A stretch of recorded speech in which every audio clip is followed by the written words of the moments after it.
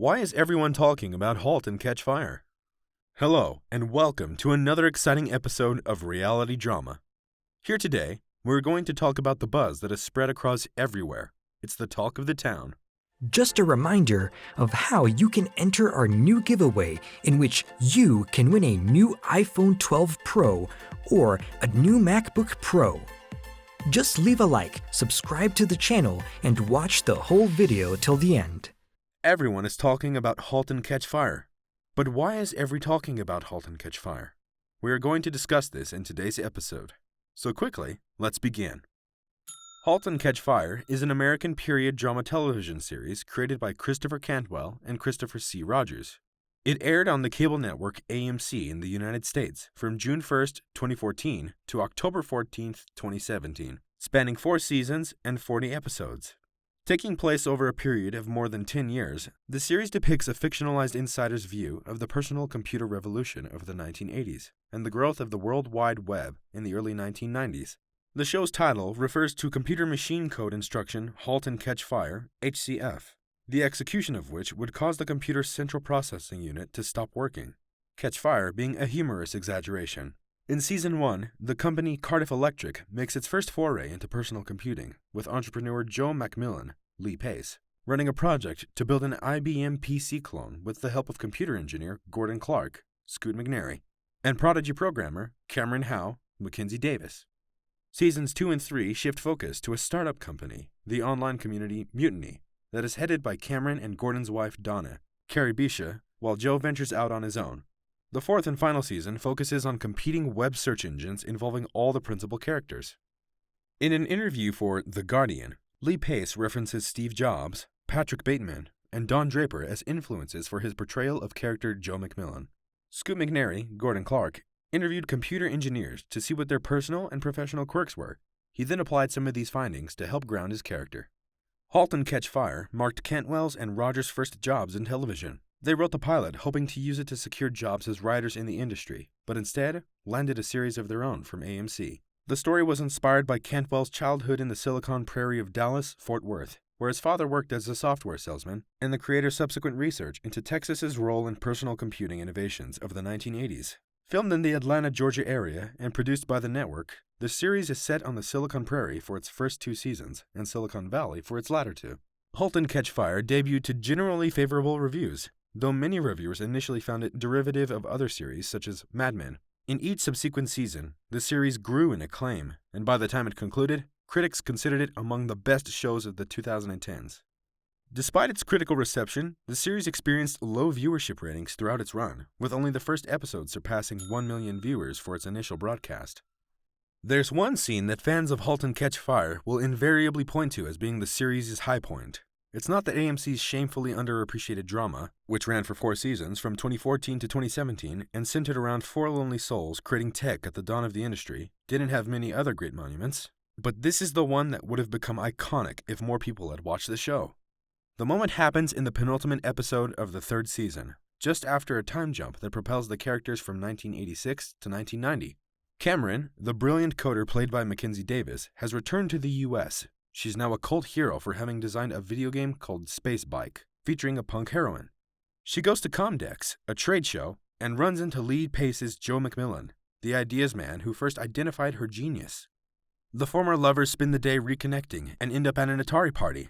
As the Pixies' Valoria plays, Joe and Cameron drunkenly dance, limbs flailing, the space between them closing. There's this kind of wicked magic between Joe and Cameron, says Pace when I call him to reminisce. They're not necessarily good for each other, but they're irresistible to each other. It's like what Joe says at the beginning of the show. It's not about the machine. That's not the thing. It's about people and connection.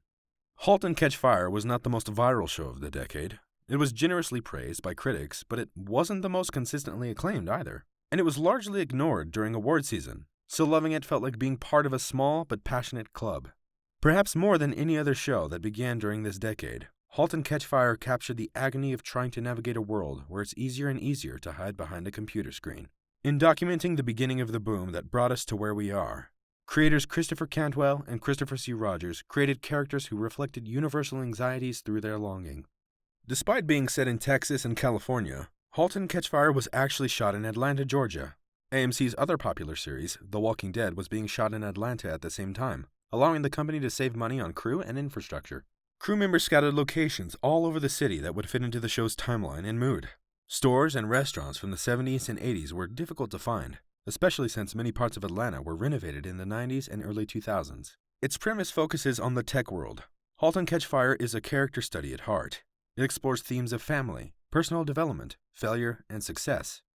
Without the stellar performances from Lee Pace, Mackenzie Davis, Scoot McNairy, Carrie Bisha, and Toby Huss, Halt and Catch Fire wouldn't be such a feat.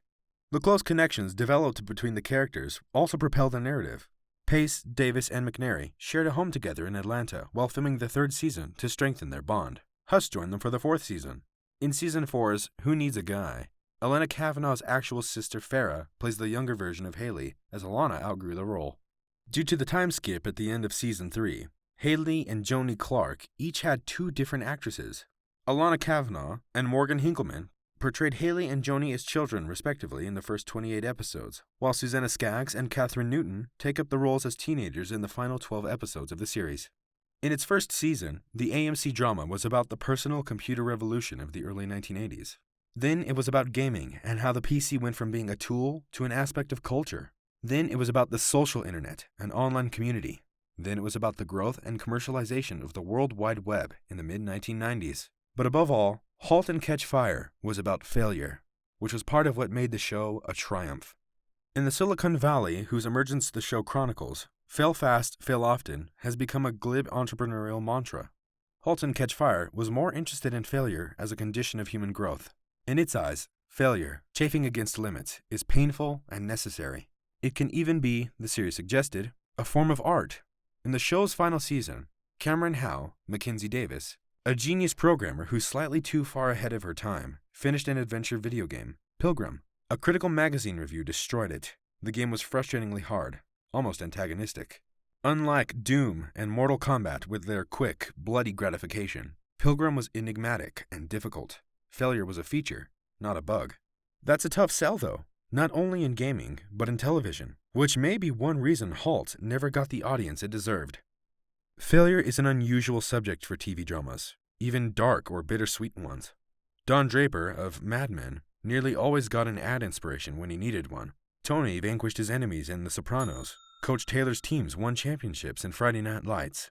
Halt and Catch Fire, on the other hand, chronicled the chain of doomed ventures, beginning with one that was not only unsuccessful, but, we eventually saw, had the wrong goal all along. Joe McMillan, Lee Pace, a mystery man from back east, arrived in Texas with a scheme to maneuver a small electronics company into manufacturing an IBM PC ripoff.